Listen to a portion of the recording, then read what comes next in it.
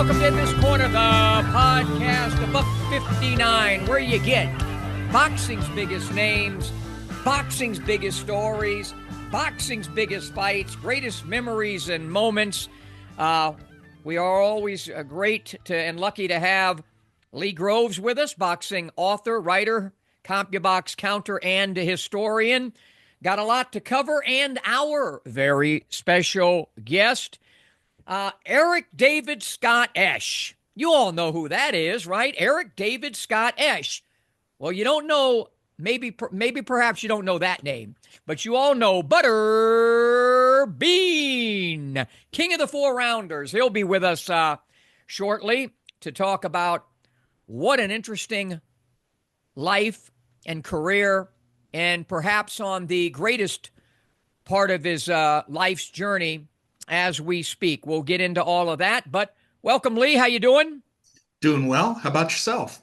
Good. A lot of stuff to cover, man. I know you've been busy over the weekend doing counts, watching fights, preparing, for this show, preparing to see me in Canastota in a few weeks at the International Boxing Hall of Fame 2025. But what our audience usually expects right about now is for you to give us some reviews and previews and tell us what's going on. Well, the fight that created the most reaction last weekend was Emanuel Navarrete versus Charlie Suarez. It was on ESPN last Saturday, on ESPN and ESPN Plus. And at first, the big story was the fact that Navarrete needed to weigh in 6 times before finally making 130. And on the 6th occasion, he supposedly dropped the necessary weight after being told to exhale. Have you ever heard of that as a weight loss? Oh yeah, and spitting, spitting out, taking lemon, spitting out water. There's all kinds of tricks of the pugilistic trade to cut weight at the last minute or even seconds. Wow, that's amazing. But that story was exceeded by how the fight ended. And while the fight was going on, it was a potential fight of the year candidate. It was wild action. But then somewhere along the way, Suarez opened a severe cut on the forehead above the left eye of Navarrete. And because the replay official ruled that the gash was caused by an accidental butt, the fight went to the scorecards. And because Navarrete was ahead on all scorecards, quite rightly, by the way, he was deemed the winner. Technical decision. However, a deeper look by ESPN confirmed what I saw initially, that the cut was created by a punch. And had they ruled that way, Suarez would have been declared the new champion by TKO. The complaints on social media came fast and furious, and more than a few people, including me, asked the following question. What good is having instant replay if the final ruling ends up being wrong anyway? As we tape now, the result is still a technical decision win for Navarrete, but Suarez has appealed the decision, and that appeal is scheduled to be heard on June 2nd. Now, I'd be very surprised if Suarez is awarded the win and the title. I think if anything's going to change, it'll probably be a no contest. And in a fair world, and with boxing, that's a very tenuous thing to think about. One of two scenarios should happen. First, there should be an immediate rematch between Navarrete and Suarez. I don't think that's going to happen because unless Navarrete gets paid a huge amount of money, I can't see him going through the torture of making 130 again. The second scenario would be that Navarrete vacates the title to move up to 135, and Suarez should be one of the fighters who fights for the vacant championship. What are your thoughts about this whole enterprise? Well, I might have been working a show when it was one of the first times they ever tried instant replay because I remember Jay Nady was doing it and he was just learning it. Look, it's a work in progress. Boxing doesn't do it consistently enough. I think I agree with everything that you just said. It's important if you do it to get it right. Even in the NFL, sometimes I think they don't get it right with all the great expertise that they have. Pretty soon, I guess we're going to have to bring in a commentator for replay in boxing. But I would err on the side of caution, and what that would mean is fight was close. We don't know what was going to happen. I would call it a no contest and simply have them fight again. Move on. Yeah. More action, the better, I guess, and hopefully it'll happen. But I really want to see Charlie Suarez get his justice. We'll see what happens with the appeal. Earlier in the day, DAZN aired a show emanating from Nottingham, England, and the fight card was topped by Anthony Cacace defending his IBO super featherweight belt against former WBA featherweight champion Leigh Wood. Cacace vacated his IBF belt because he was going to make twice the money facing Wood, a naturally smaller domestic opponent who hasn't fought in 19 months, than he would have made fighting his mandatory challenger, who is Eduardo Nunez. His record is 27-1 with 27 knockouts and is riding a 17-fight knockout streak. Now, if you were Cacace's brain trust, who would you fight? Of course you would fight Leigh Wood, and he did. And as expected, Cacace used his long-range boxing skills to pile up the points. Then he scored the fight's only knockdown in round 9. Wood got up, Cacace turned up the heat even more, and Wood's corner eventually threw in the towel. And with this win, the 36-year-old Cacace has beaten 3 consecutive former champions in Joe Cordina, Josh Warrington, and Leigh Wood. And promoter Frank Warren said after the fight that the plan was to have Cacace fight a homecoming in Belfast. But if Cacace had his druthers, he would probably fight the winner of a proposed unification match between O'Shaquie Foster and Stephen Fulton. And he always said, show me the money. Anything that gets me the money, I will fight. And it is called prize fighting for a reason, and that's the way Cacace is going to go. And then there was another notable fight in the Far East involving a fighter that you've covered, 4-division world champion Kazuto Ioka. This past Sunday, he fought a rematch against WBA and IBF super flyweight champion Fernando Martinez, who scored a lopsided 12-round unanimous decision over Ioka last July in Japan. The rematch, again held in Japan, was much more competitive. Ioka came on strong in the second half. He scored the fight's only knockdown in round 10. But just like the first fight, the judges preferred Martinez's work rate and his aggression over Ioka's accuracy and technique. And as has been the case in many recent fights, there was one judge who was kind of off the reservation as he turned in a 117-110 scorecard. To me, it was a legitimately close fight, and I was somewhat surprised that the road fighter got the benefit of the doubt despite being knocked down. Ioka has now lost 2 in a row, and he has gone 2-2-1 in his last 5. He's 36 now, and one would think that he would retire, but he said afterward that he felt good about what he did in the ring. He has more left in the tank, and he wants to continue. If he did choose to retire now, he would have a pretty good shot at being a member of the Hall of Fame's class of 2029. You've worked with the guy. What Yeah, do you think about all I this? think he should retire right now. I mean, he certainly can, if anything, have a third fight with the, have a third fight. But I think that he should retire because his game is reflexes and timing and legs, and those are the things that I think are starting to recede with him. So I just think the best case for him would be he's made some money. He's, in my opinion, he's probably maybe not recognized by fans over here, but I think he's a first ballot Hall of Famer. Isn't he a 4-weight division champion Yes. from Japan? So Yes, he I think is. he's a first ballot Hall of Famer. And so I think he should sail off into the sunset, come hang out with Smitty in Canastota down the road. Yep. And as far as the previews are concerned, the most notable show will take place today in England when heavyweights Johnny Fisher and David Allen will fight a rematch of their December 2024 fight that saw Fisher win a controversial 10-round split decision on the Usyk Fury 2 undercard. Fisher dominated the first 4 rounds until Allen severely hurt him in the 5th. And from there, it was a dogfight. Many believe Allen was robbed of the victory. They're going to settle the score on Saturday. And not only do I think Fisher will win, I think he'll stop Allen for 2 reasons.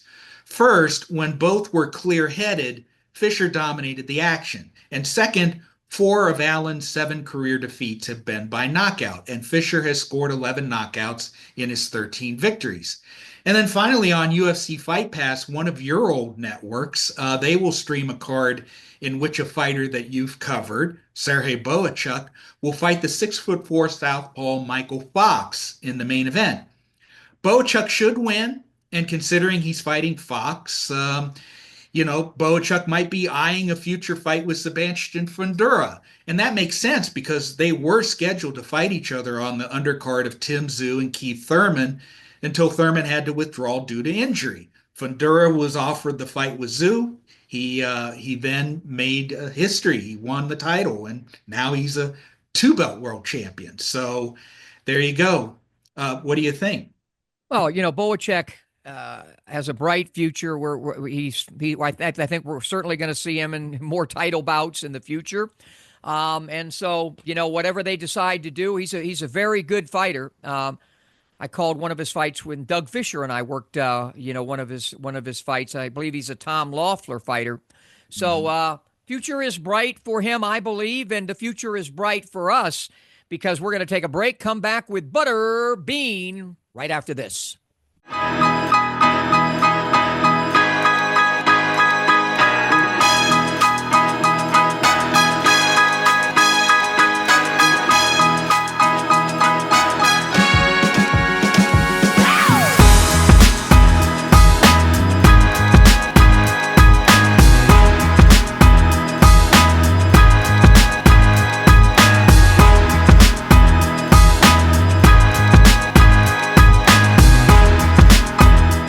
Back on In This Corner, the podcast. Boxing's biggest names, boxing's biggest stories, boxing's biggest fights, greatest memories and moments. We do it with flash and panache. It is time for our very special guest from the world of tough man boxing, MMA, kickboxing. He's a TV personality. He's Eric David Scott Esch, but everybody knows him and loves him as Butterbean. How you doing, Butterbean? Doing great, doing great. One thing I've never figured out, where did David come from?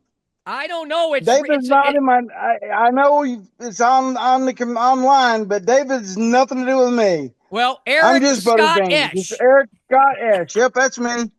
Or Butterbean is fine by me. That's the most simple way to do it. We got a lot to cover, and I want to start out, and just if you will, take us through the early part of your life. I think you were born in Atlanta and then migrated, I believe, to Michigan and then Jasper, Alabama, and you've become a worldwide person. But take us through a little bit about what led you into the world of the squared circle and all the other things that you've done. Take us through that. Well, I worked in a mobile home factory, and there's a local kid that fought in the tough man contest in the lightweight division. And he was, we're making a couple $100 a week. It's been a long time ago, so that's, decent money. And he's made $1,000 for 1 week, one night. So I said, hell, that sounds like something I'm interested in. So the next one come around, I entered it, and I just started knocking people out and enjoying it. Yeah. Now, is it true? I read partially some of the reasons why. Were you bullied as a young kid?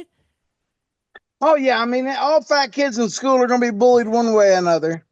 I just changed my whole physique, and I've always been muscular but very, very overweight. And our genetics, we get strong quick. So once I started working out, I gained a lot of muscle. Yeah. My first time in contact with you, you probably won't remember. I cut a deal. I worked with Art Dorr. I know remember Art Dorr. And I had you on my radio show way back in the day. And then I worked for Tough Man. Talk about the Tough Man experience. Take us through those years. Well, I mean, I enjoyed it until they kicked me out. Finally, I went, and there was like 28 heavyweights signed up, and I signed up, and every one of them dropped out except one. He said, at least I'm getting second. And after that, they pretty much wouldn't let me fight no more. Were you, I would imagine you forged a pretty good relationship with Art Dorr. Is that right? Oh, yeah. Me and Art, we actually lived together for a long time. I mean, Art was, my manager and close friend. I remember when I did some of their fights, and of course Art liked to do the commentary while the fight was even going on. Oh, you It, know it. It got yeah, them. It got guys moving. yeah, and I think him and Murray Sutherland, didn't they even work some of your corners in when you became a pro? Well, most all my corners. Murray was my, main trainer, and Art and Yeah, Murray were in all my corners. that's what I thought. As I flip it to Lee Groves. So they said that they kicked you out of the kickboxing. Was it because, or the tough man? Was it Yeah, because you were too good? once you get so experienced, they don't want pros or people with too much experience, and that's not fair. So, Okay, when nobody wants to fight you, they don't have a show to, instead of 15 to 20 fights, they got one fight. It's not that entertaining to the crowd. especially when it ends within a Quickly. minute, like a lot of your fights did. Um, I work with CompuBox, and one of the reasons why you were so beloved was because you gave the fans action and you gave them knockouts. And we at CompuBox have numbers for 17 of your fights that took place between 1995 and 2005. And in them, you average 42 punches thrown per round, which is very close to the heavyweight average of 44. You were also very accurate in that you landed 41% of your total punches, 28% of your jabs, and 46% of your power shots. All of them are above the heavyweight average. On the other side, though, uh, you took your share of punches as well as your opponents landed 37% overall, 33% jabs, and 42% of their power shots. You were a give and take fighter, but you gave more than you took, and you scored a whole bunch of knockouts as a result. And Uh, that's what people want to see. They want to see people go out there and fight. They want to yeah, see them get hit, and they want to see them hit somebody. And yep, that's what makes it exciting. Yeah, and it, it just to did. interrupt you, Lee, 77 and 10, 57 of those wins by way of knockout. So usually a Butterbean fight might have been scheduled for 4 rounds, but it didn't make it till the fourth round. But go ahead, Lee. Yep. During your career, your weight ranged from 280 pounds against Jerry Mickelson, your sixth No, I pro was fight. never 280. I was never under 300 during my fight. Really? So box Yeah, record was never under wrong. 300. Wow. Okay. And your final fight, you weighed 426 and a half. Right. Given these numbers, many people assume that you didn't train, but that's not true. How much did you train for your fights, and describe a typical workout for Butterbean? Well, I mean, if somebody's ever hit the bag for 3 minutes and being 400 pounds and able to go the distance is kind of amazing. I mean, so I had to work out extra hard. People just didn't realize that. But I had to work out harder to be able to move that much weight for that long a period of time. Like I went 10 rounds at Holmes Yeah. Yep. and I had no trouble with it. Mm-hmm. Mm-hmm. And most fighters go through a certain life cycle. They start out by fighting 4 rounders, after which they go 6, 8, 10, and 12. You, on the other hand, were declared the king of the 4 rounders. Who came up with that idea, and who came up with the name? Well, Bob Arum come up with it. What happened was I was, you progress, you start with 4, move up to 6, 8, so on. Well, I was scheduled for a 6 round fight. And TV time, they dropped it back down and knocked the guy out anyhow. So Bob Arum said, "We're just gonna keep him at 4 rounds because knocking everybody out beforehand anyhow. He's gonna be the king of the 4 rounders." And it, And I had a couple other fights that were scheduled for longer rounds, like Holmes. It went 10 rounds. And right. the main reason I done that fight, I wanted to prove to people 10 rounds is not a problem. Mm-hmm. That's true. You won your first 15 fights, and in doing so, you created enough of a stir that you were placed on a show topped by Oscar De La Hoya and Jesse James Leha and Arturo Gatti and Tracy Harris Patterson in Madison Square Garden. Your opponent that night was Mitchell Rose, who came into the fight with a record of 1-7-1. You were prohibitive favored to win that fight, but Rose Right. ended up stopping you in round 2. What That's happened here? I wasn't hurt. That's what blew my mind the whole fight. The referee, I was never hurt. Yeah, he was throwing some punches, hit me with something, but nothing that hurt me. Mm-hmm. The referee, I didn't care for the ref, to be honest with you. He wasn't you got to look at somebody if they're getting hurt or not with the punches. Mm-hmm. Mitch was an amateur type fighter, so he didn't have no power. Okay. Yeah, he threw a lot of punches, but he didn't never hit me with anything that hurt. You and Rose never fought a rematch. Was there ever I would talk of love to have one? fought him. Hmm? I would love to have fought Mitchell. So He why just didn't never it would. happen? He Was it never him? would. He never would? Was it ever Nope. offered? Yeah, it was offered to him.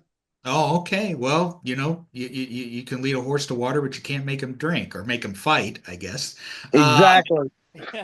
So you made reference to the Larry Holmes fight, and one of your best known victims also was Peter McNeely, Oh yeah. who is remembered mostly for his 89-second DQ loss against Mike Tyson. You did Well, Tyson I actually knocked him out faster than Tyson. He was disqualified at Tyson. I actually knocked him out. and that's what I was about to say. You did Tyson one better by actually knocking him out in the first round. What do And you something remember else I about that did, fight, the build up and all that? and a lot of people don't realize, a guy named Louis Monaco that Mhm. I destroyed in the first round, he ended up knocking out Buster Douglas, Yeah. which everybody knows Douglas knocked Tyson out. He Yeah. knocked out a guy named Kevin McBride, which, hey, also knocked Tyson out. Hmm. I think he went like 10 rounds with Klitschko, but he couldn't go around with me. Right. Right.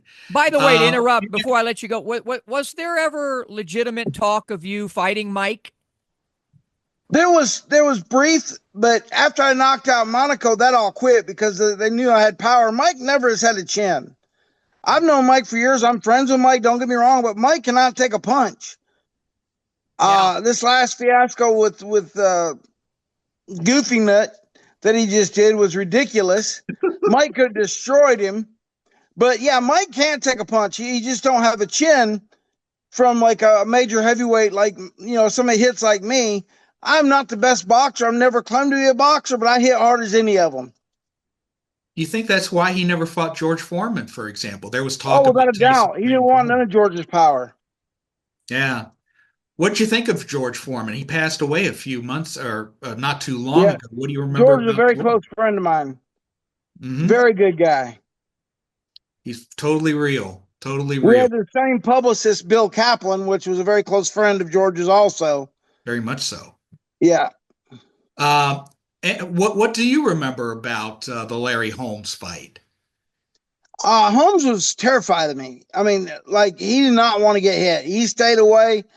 Out of all the fights I watched of him, at least 4 or 5 times during a fight, he'd get into an exchange. His corner even told me, I said, look, I mean, I explained that to him. They go, no, we told him, do not exchange. You move, move, move. And he stayed on that bicycle. He kept moving. Uh, Describe the experience of being in the ring with Larry Holmes. Now, Larry was 52 at the time and he was near the end, but he was still a legendary heavyweight champion. Yeah, he's He on is regarded. my short list of one of the great heavyweight champions of all time. I would say one of the top 5 without a doubt. Yeah. I What mean, about Larry's that jab? a great fighter. Great. Me and Larry now are friends finally. Finally? Hell of a fighter. Good guy. Now he was not a nice guy back when I fought him. Didn't care for him. But Really? now we like each other. So what? He was nasty to you? He just wasn't a nice guy. But after you fight somebody and they gain that respect, he had no respect for me when he went in the ring. When we walked out of the ring, he had total respect for me. What And I was think there was even a knockdown called. Yeah, in the last round. Yeah, it was in the What was 10th. the most you were ever paid in a fight, Butterbean? I bet you it It wasn't. I depends bet you it on, wasn't like, in boxing. I would imagine. I could be wrong on this, but it wouldn't surprise me if you said, "Smitty, I made more money with an MMA or a kickbox." What was the most you were ever paid? oh, without a doubt, I made more money in Japan. Yeah. Yeah, I got paid a lot better in Japan. I mean, a lot of people don't realize that I went through a big struggle recently. I was in a wheelchair for over 3 years. Oh, I was over we're well, 520. you just let us into it, and I don't know if you know how close I am to Diamond Dallas Page. I was it's been well chronicled. I was the first guy that that put him on my radio show with Captain Lou Albano and Sergeant Slaughter and put him in touch with the AWA that launched his career. And it really Right. does my heart good what he was able to do. And more importantly than any kind of DDP and the diamond cutter is what he has done since his wrestling career with people like you. And Lee will take you into that. Yeah. Could you describe your circumstances entering that? Report that was you were 515 pounds? Yeah, I was right at 520. You can't walk. Yeah, I mean, it's like my hips are fused together. I was in a sitting position with my hips. They were just glued together, and I was too big. They wouldn't do the hip surgery. Even if I lost weight, the muscles were so bound up, they still wouldn't do the hip surgery. Wow. So without the DDP helping me lose the weight and getting flexible enough to do the surgery, it would never happen. Yeah. So did you approach DDP, or did DDP hear your story? How did that? Well, I had Dallas on my podcast. I was doing a podcast, had him on as a guest, me, Flex Willer, Boss Rutan. Had him on our podcast, and he was talking about a show that he was going to do.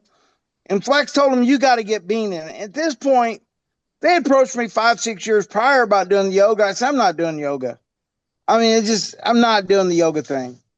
And I got to the point, I go, I'll try anything. You just guide me, and I'll be your student. I'll listen like, the Chinese kung fu movie type thing. Like, I'll do what you say. And I did. So how difficult was it for you to even get started, and how quickly did you start to feel any improvement once you started? And before he answers, I can tell you one word, and we're looking at and showing some footage from that. DDP came to town, and I was still a guy. I was in my probably 50s, but I was still working out all the time. I was in excruciating pain trying to do yoga. I can't even imagine the words that would describe what pain you went through trying to even get to the point of having that surgery. But I'll let you say.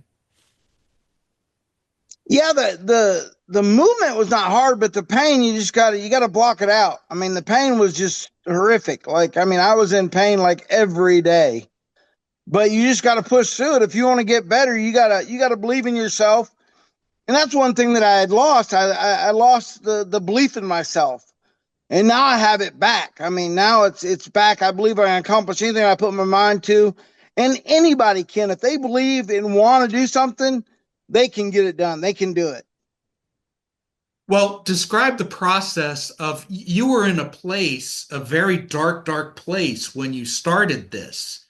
And describe the journey that you had to go through, not only physically, but psychologically. There's an 8-minute video on YouTube describing this journey that was very, very like 18 million on there also, if you look for it. It's called Butterbean's One More Fight. Yeah. If you check it out on YouTube, it's like 18 minutes long, I think. It goes through pretty much the whole process.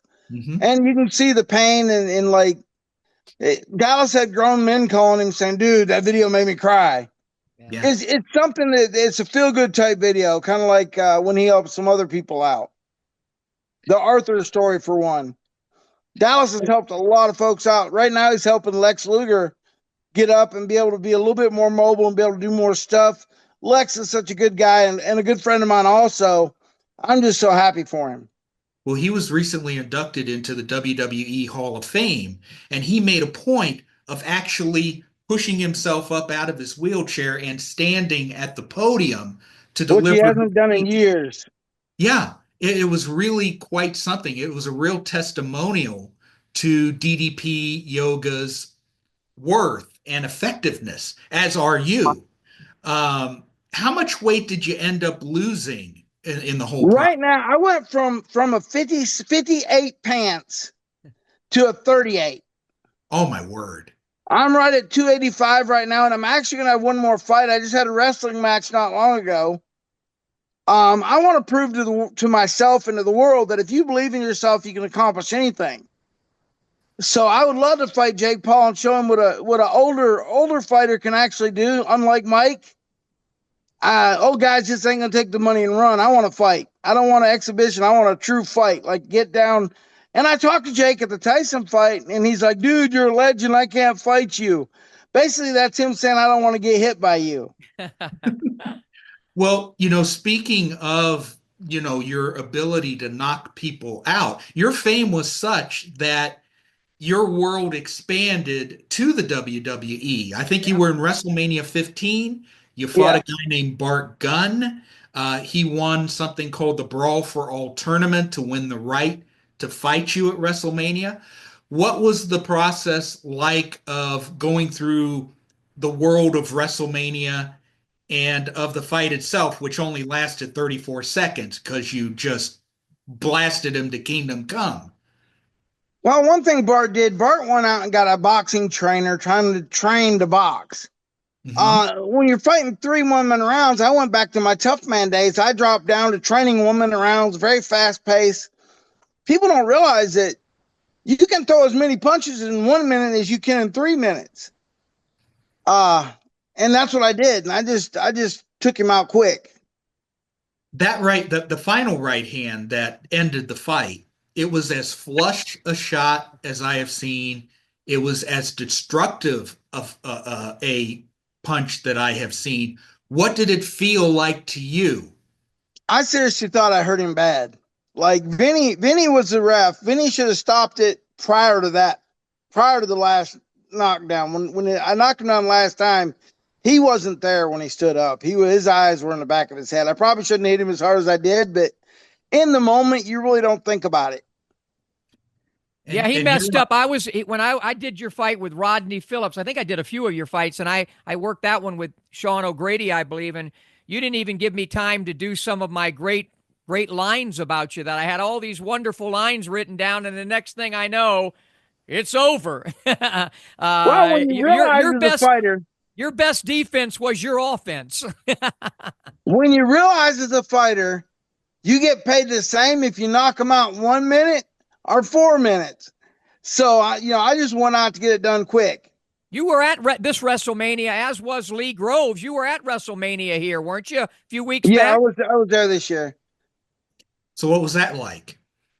Yeah, it's a great event. There's people from all over the world. I mean, it's just I wrestled the Thursday before against a guy named Minoru Suzuki, which is a really, Oh really my tough word. Japanese wrestler.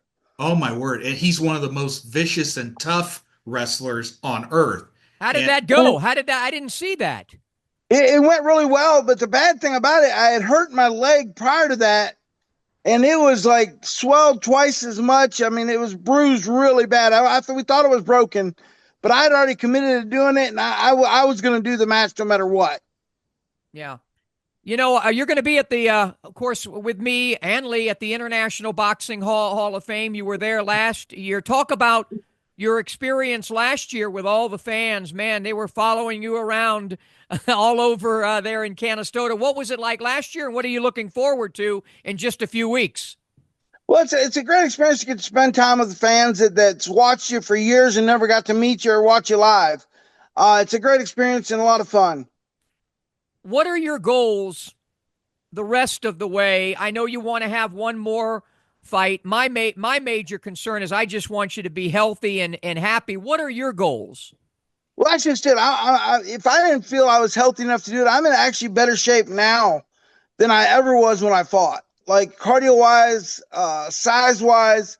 I mean, like I said, I'm in a 38 pants. I've never been below a 44, and I was in a 44 pants one time. I basically starved myself to get down to 300 pounds. I was 300 pounds for less than a week. Actually, it was 299 I got down to, but they announced it as 300. But that's the lowest I've been my whole fight career is 300, 299. I'm at 285 right now, and I plan on getting down to about 275. Yeah. Could you describe the process, the compare and contrast?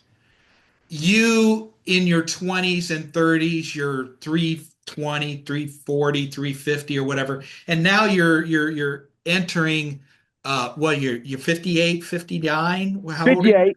Just turned 58 years 58. Yeah, old. but it's the mindset of it. My training ethic's so much stronger now than it was back then. Even though I trained hard back then, it's like you don't realize the things you need to do until you get older. Yeah. Mhm. Well, what I see that's really great, and Paige has done this to to others or has helped do it. At the end of the day, the individual, it just seems like you have such great, tremendous spirit. You always had heart and determination, but now you got that spirit back. How does you got a long ways to go, God willing, but how I ask this to all the fighters on my television show. How does Butterbean want to be remembered as a fighter, but more importantly, as a man? Well, I got it on the back of my trunks now. I never had it on there before. On the back of it, it's got believe in yourself and you accomplish anything. And you can accomplish anything if you believe in yourself. And I've had a lot of letters that's been sent to me about people that's seen my video, and it's helped them get going again. And that means a lot to me. And I see why Dallas does what he does. Yeah. If you can help one person just get better or give them something to live for, it really makes you feel good. It's something that's hard to explain, but if you can help somebody and give them that little bit of belief, and by me fighting one more time, I think they'll have that belief. If Butterbean can go from a wheelchair, never expecting to be walking again, to actually wrestling and then fighting, that to me, that's belief. Yeah, and at the end of the day, one of my pet sayings was, what the mind can conceive and you truly believe you can achieve, and you are proof positive of that. I really look forward to seeing you in just a few weeks in Canastota at the International Boxing Hall of Fame 2025. Thank you for joining us, Butterbean. Always great to see you, man. Thank you. Appreciate it, guys. Y'all have a great day. Thank you. Thank you. We'll take a break and we'll come back with... tell somebody that you know that you love them and care for them, because life's too short not to. Life is like Smitty, short and sweet. We'll be back. There you go. I got two options. Option one, I can accept defeat. Option two, I can get up. I can get tougher. I can get faster. I can get stronger. And then I go get mine.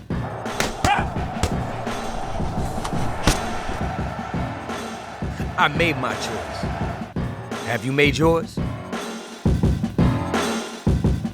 Back in this corner of the podcast, $159. Good stuff there with Butterbean.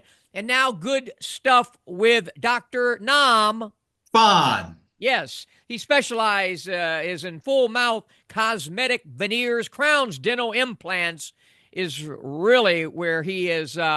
He's a master at it. It also does extractions and specializes in sedation. And you know, I had somebody ask me, you mentioned that sedation stuff a lot. That's because a lot of people are scared of the dentist, and they're scared of the perceived pain. And it's just amazing now with the technology and the artistry, I'd call it, of dentists like Dr. Nam Phan. But if everybody, not everybody, but a lot of people have that fear, he can sedate that fear with sedation. Dr. Nam Phan is all over the place. He is in New York. He is in Jersey. He is here in Las Vegas. So what I want to do is just give you a phone number. And again, as I've said before, nobody's just going to run on down to see any doctor or any dentist. But especially as you get older, as you get my age, and you get into the issues, and maybe you've had temporaries and crowns and things of that nature, or even flippers and things like that. Really, the way to go, honestly, would be implants as far as quality of life. So I highly recommend, if you need any of that kind of work, you give Dr. Phan a call, 702-637-9168, 702-637-9168. We're going to do a little infomercial thing with Dr. Nam Phan, and I look forward to that, as I look forward to heading to the International Boxing Hall of Fame in just a few weeks in Canastota. It's going to be a lot of fun with Manny Pacquiao and Vinny Pazienza and all the others that will be enshrined, inducted, and immortalized for eternity there in boxing's title town, Canastota. Now, just had Butterbean on. Yeah. And you and I were trying to figure out, what are we going to do with the last segment? Are we going to do memories and moments? And what are we going to do, or what type of natural tie-in to button things up? And we came up with Butterbean was known as the king of the Four rounders. right, and somewhat of a sideshow, but he was legit at what he did. And there have been other sideshows in boxing, some not as legit as others. And with that, I flip it to the historian. Well, we've just spent the last 25 minutes talking to Butterbean, who became so famous that he superseded his own sport and he created his own unique place in boxing history, the king of the four rounders, as we said. Other sports have had their own examples of the fun that Butterbean created. Baseball has something now called banana ball, in which the players get extra credit for executing trick plays. In basketball, we had the Harlem Globetrotters and their blend of extraordinary skill and athletic comedy. Football tried to do something like that with the XFL, but their two attempts failed. They fell far short of the mark. And we also had arena football, which played it pretty straight, but had rules that resulted in a lot of scoring, and that brought in the crowds. Hall of Fame quarterback Kurt Warner came from the arena football world, actually. Yep. But this week's Memories and Moments will recall 5 other boxers who were remembered more for their entertainment value than for their skills or their success, even though some were more successful than others. The first and person not all of it can be looked at as grim. Correct, and that brings up the first name on the list, Joe Grimm. He fought between 1899 and 1913, and his main claim to fame was his ability to absorb heavy punishment without being knocked out, hence the nicknames of the Iron Man and the Human Punching Bag. And at the end of most of his fights, he would go to the ropes and he would shout, "I am Joe Grimm, and I fear no man on earth." Ring Magazine called him the greatest physical freak the prize ring ever knew. And another said that to knock him out, one would need a crowbar or a baseball bat. He fought his share of legends, including Jack Blackburn, Peter Mayer, Philadelphia Jack O'Brien, the original Joe Walcott, Dixie Kid, Battling Levinsky, Sam McVeigh, heavyweight champions Jack Johnson and Bob Fitzsimmons, and lightweight legend Joe Gans. He was reportedly floored 20 times in his 6 rounds against Fitzsimmons and 17 times against Johnson. And he even tried to secure a fight with then reigning heavyweight champion James J. Jeffries.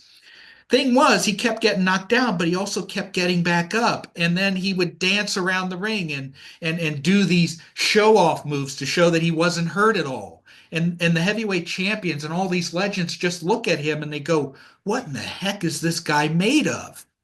Anyway, before his fight with Gans, this was the second meeting, there were stipulations. One of them, Gans was supposed to stop Grimm in 6 rounds or less, or else Gans would have to forfeit $100 for every round that Grimm lasted beyond round 6. The fight went the full 10, believe it or not. And his fame was such that he toured Australia in 1908 and 1909.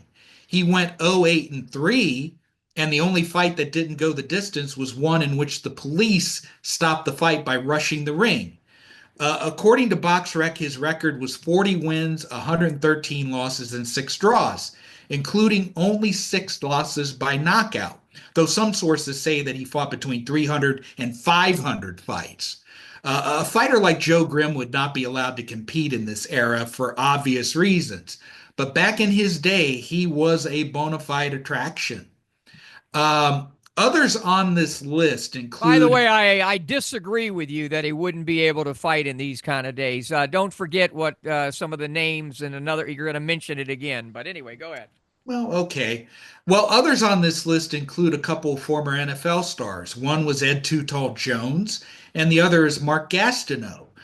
Too Tall interrupted his career with the Dallas Cowboys to take part in his first love, which was boxing. And thanks to his fame, all 6 of his professional fights were nationally televised.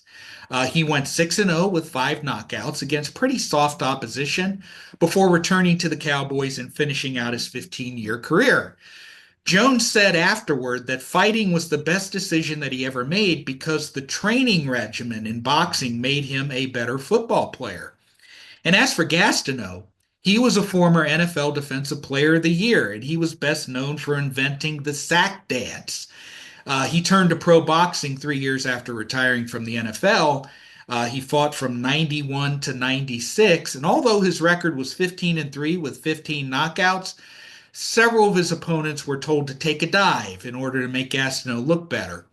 One that did not take the offer was his final opponent, another NFL player, an Alonzo Highsmith, who knocked out Gastineau in 2 rounds and had a pretty successful career himself. By the way, those defensive linemen, even back, when I was a ball boy for the Dolphins, it kind of started. But then when I played high school and a few years in college, the head slap, the slapping, punching, the defensive linemen use that maneuver a lot to try to, weave in and out from offensive linemen. So it's kind of, believe it or not, that type of training goes on to this day. And a lot of fighters work in the off season, with boxing coaches. I think my friend Kevin Barry has even worked with some NFL players. Don't know if he's working with the Raiders or not, but continue. Yeah, Deacon Jones and the head slap. It was eventually outlawed by the NFL, but sometimes it sneaks through every so often.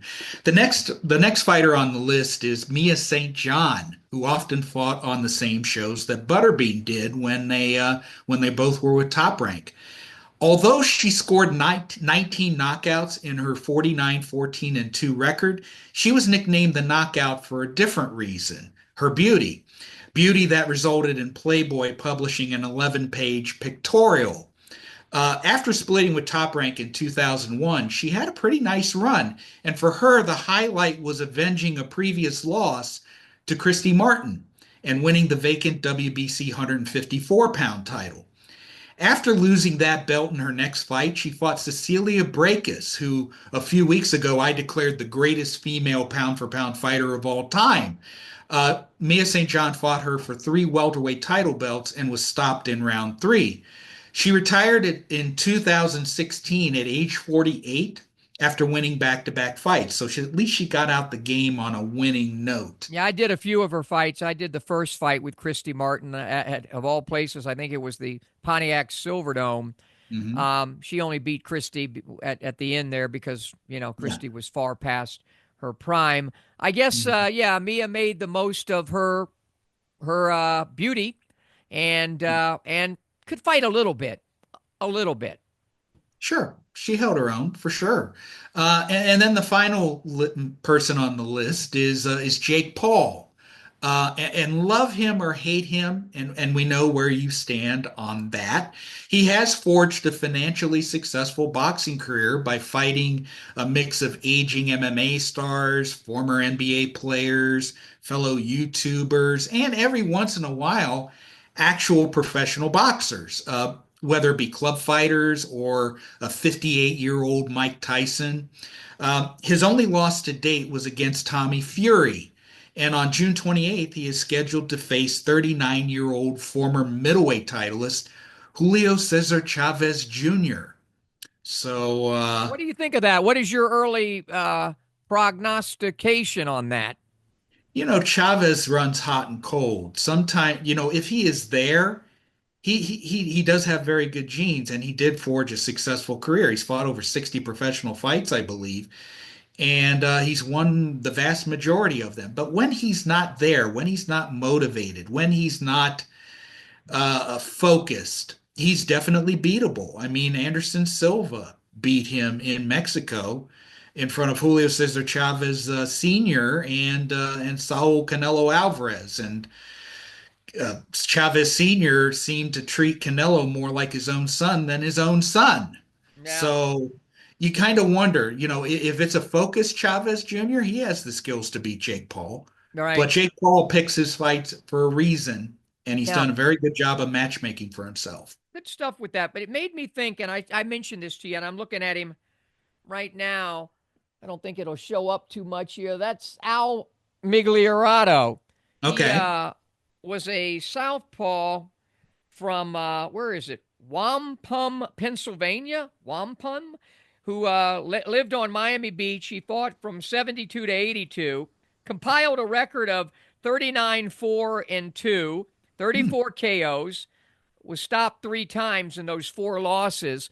Reason I'm bringing Al up here is he, like me, when I fought, he fought a lot like he was a southpaw Muhammad Ali. He had all the movements down. I think he, if I remember correctly, he would have tassels on his shoes and really developed a following. Chris Dundee, who had no share of misfits fighting on Miami Beach, along with some of the greatest fighters of all time. Chris Dundee was a master promoter and a Hall of Famer. Hmm. And he found a way to get me in too. I was somewhat of a sideshow. But I think it was Charles J told me that he died in some kind of weird parasailing thing, or died at Hmm. I don't know what age he was, but he was sort of that kind of sideshow that they'd bring in and became a fan favorite. And I don't have a problem with that. I don't have a problem if it's not done in any way, shape, or form to demean or diminish the sport. With Al and with some of these other people, it was, their way of kind of honoring the sport, or in his case, honoring Muhammad Ali. And some of the others, you said, they wanted to try it. And Hmm. other football players and basketball players have tried it. One basketball player, even against Jake Paul, who, I forgot the little guy's name who Jake Paul knocked He was out. he was a slam dunk champion. Yeah, right. And I think who just underwent some major health issues. But Hmm. my point is, sometimes it works and sometimes it doesn't. But with our guest today, Butterbean, it more than worked. I really, and he did it the hard way and the right way, going from tough man to prize fighting, ends up doing a 10-rounder with a former heavyweight champion of the world, albeit 52 years old. Yeah. And by the way, Larry was setting down on his shots, but it was difficult it's tough to knock Butterbean down. When I did his tail of the tape one time, I put together this thing and I did all the body parts, and then I said neck, none, because he has no neck, you know. Um, but again, Butterbean would go on and do kickboxing and MMA and wrestling, and certainly I think maximized, although Yeah. he's trying to minimize now his body and his waistline. He's done that.